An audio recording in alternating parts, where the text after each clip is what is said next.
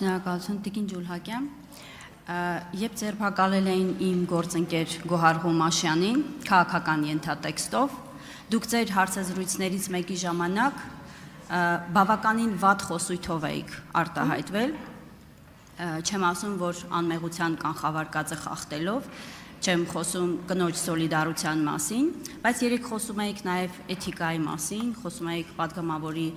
խոսույթի մասին, վարքագծի մասին, խնդրում եմ այս համատեքստում գնահատել Ազգային ժողովի պատգամավոր Արուսակ Ջուլհակյանի վարքագիծը, ինչպես է թիրախավորում կնոջ արժանապատվությունը եւ ֆիզիոլոգիական կարգավիճակը։ Սա առաջին հարցս եւ երկրորդ հարցս Հայաստանի Հանրապետության բանտերում այսպես ասած բավականին ինտելեկտուալ ճակերտավոր հանցագործներ կան, գիտնականներ, պրոֆեսորներ, քաղաքական գործիչներ, որոնք շատ հաճախ ձերբակալվում են կրկին անմեղության կանխավարկածի խախտումով, շոուներով, որոշակի ժամանակ անց հետագայում պարզում է, որ այդքան էլ մեղավոր չեն կամ ընդհանրապես մեղավոր չեն, որովհետև գործերը կարճվում են, բայց ըստ էության այս մարդկանց նկատմամբ, նրանց ընտանիքների նկատմամբ հոգեբանական ճնշումներ են եւ խոշտանգումներ են տեղի ունենում։ Ես ուզում եմ ձեր իրավական գնահատականը նաեւ տակ ինստիտուցիոնալ առումով, երբ քաղաքական հանձնարարականի շրջանակներում իրավապահ մարմինները գործեր են կարում, մարդկանց են ձերբակալում, վարկաբեկող տեսանյութեր են հրապարակում, որից հետո պարզում է, որ այդ մարդիկ անմեղ են։ Իրավական առումով ինչպես եք տեսնում այս վարկաբեկման ինստիտուտի կանխարգելումը։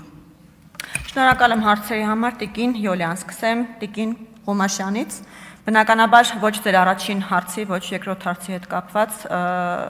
չունեմ համաձայնություն, որ որևէ քաղաքական հայացքով պայմանավորված որևէ գործողություն է կատարվել։ Տիկին Ղոմաշյանի դեպքը, եթե ճիշտ եմ հիշում, ենթադրյալ բարեգործության արգելքի խախտումներ, ես գործի ընթացքին չեմ հետևել, չգիտեմ վերջում ինչ է եղել, ինչ վերաբերում են ձևակերպմանը, որևէ կերպ կնոջը թիրախավորելու նպատակ չեմ ունեցել, իմ ձևակերպման հենց հիմքում ընկած էր այն, ինչի մասին այսօր երկար խոսել եմ։ Բոլորը հավասարային օրենքի առաջ եւ սեռը այլ սոցիալական հանգամանքներ չեն կարող լինել ինդուլգենցիա անձին քրեական պատասխանատվությունից ազատելու, քրեական հետապնդման չենթարկելու, նրա խափանման միջոցը որոշելու հարցում։ Արդյոք ես այդ էթիկայի կանոնների խախտում տեսնում եմ, այո, ինքս եմ առաջինը տեսել, երբ լսել եմ այդ հարցազրույցը եւ միանգամից գրել եմ ներողության տեքստ, այսինքն իմ Facebook-յան հարթակ եմ մտել, ինձ որևէ մեկը չի ասել, որևէ մեկը չի ստիպել, այսինքն երբ լսել եմ այդ հարցազրույցը, ցավոք սրտի դա ժամեր անց է տեղի ունեցել, ես մտել եմ եւ գրել եմ, որ իմ ձևակերպումը անհաջող էր, ինչի համար ներողություն եմ խնդրում Տիկին Ղոմաշյանից, այլ անձանցից, որոնք որ գուցե այդ իմ տեքստը լսելով իրենց վատ են զգացել, հիմա էլ կարող եմ կրկնել իմ ներողությունը, դա ձեզ կբավարարի այսքանը։ Ինչ վերաբերում է ձերբակալություններին, որոնք հետո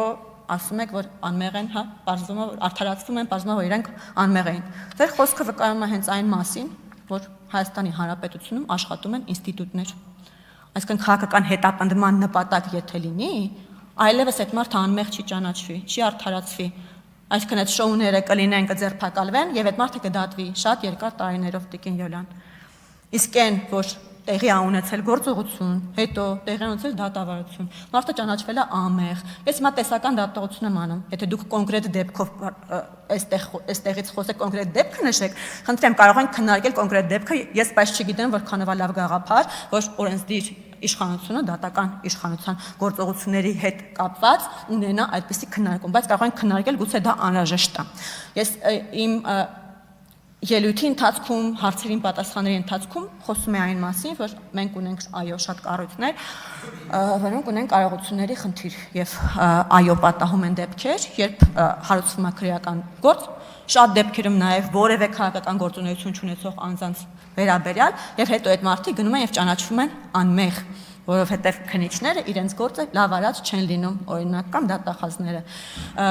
Հիմա ձեր ասածը ընդհանրապես պետք է նորից կրկնեմ, խոսում է այն մասին, որ ինստիտուտները աշխատում են, մեկը աշխատում է վատ, մյուս ինստիտուտը իրան փողզսպում է եւ հակակշռում, որտեղ այդ մարդը վերջում գնում եւ ճանաչվում է անմեղ ու արդարացվում է։ Շնորհակալություն։ Արձագանք Տիկին Ղումաշյանի մասով ասեմ, որ գործը կարճվել է եւ սա հերթական այն նախադեպերից մեկն է, որ աղմուկ աղաղակով ձերբակալելը միտում ունի մարդուն վարկաբեկելու։ Եվ ձեր դիրքորոշումը ողջունելի է, որ ընդունում եք, որ սխալ խոսույթ եք ունեցել եւ կնոջը թիրախավորել, ընդհանրապես որևէ մեկին թիրախավորելը քաղաքական գործի պահվածքի շրջանակներում չի կարող ընկալելի լինել, որովհետև պիտի լինի քաղաքական գործիչը նաև օրինակելի հանրության համար։ Եվ այս իմաստով ողջունելի չէ հրահրել ատելության խոսույթ։ Ինչ վերաբերում է իրավական համակարգի, ես մասնագիտական գնահատականի մասին չէի խոսում, ես ընդհանրապես ակնկալում էի ձեր վերաբերմունքը,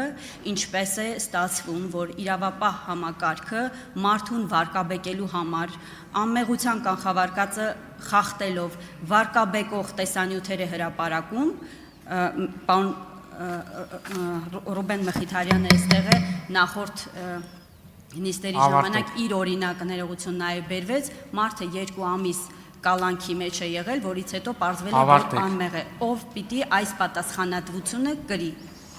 Շնորհակալ եմ ձեր արձագանքի համար, չեմ կարող չկիսել ձեր դիրքորոշումը, որ քաղաքական գործիչը պետք է օրինակելի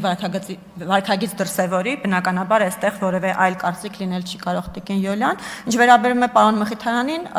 ես իր գործի հետ կապված մանրամասներին ծանոթ չեմ ճիշտն ասած, բայց այն օրը իր ելույթը լսել էի հենց մտածում այն մասին, որ պարոն Մխիթարյանը իր ելույթում Տիկին Յոլյան, տեղից մի արձագանքի։ Վարկաբեկման ինստիտուտը փիլիսոփայական հարց եք բարձրացնում, եթե տեսական քննարկում ենք ունենում, շատ վատ եմ վերաբերվում ես վարկաբեկման ինստիտուտին։ Եթե կոնկրետ վարկաբեկման դեպք կա, տիկին Յոլյան, եկեք քննարկենք ու հասկանանք այդտեղ վարկաբեկում եղել է թե ոչ, եթե եղել է դիտավորություն եղել է թե ոչ, այդ պետք է հասկանալ, բայց եթե ձեր հարցը տեսական է, ապա պետք է ասեմ, որ շատ բացասական են վերաբերում առհասարակ որևէ մեկին հանիրավի վարկաբեկելու։ Շնորհակալություն։ Պարոն Մխիթարյանի դեպքին առանձին կանդրադառնամ, եթե անհրաժեշտությունը պարոն Մխիթարյանը տեսնի։ Արամ Վարդևանյան։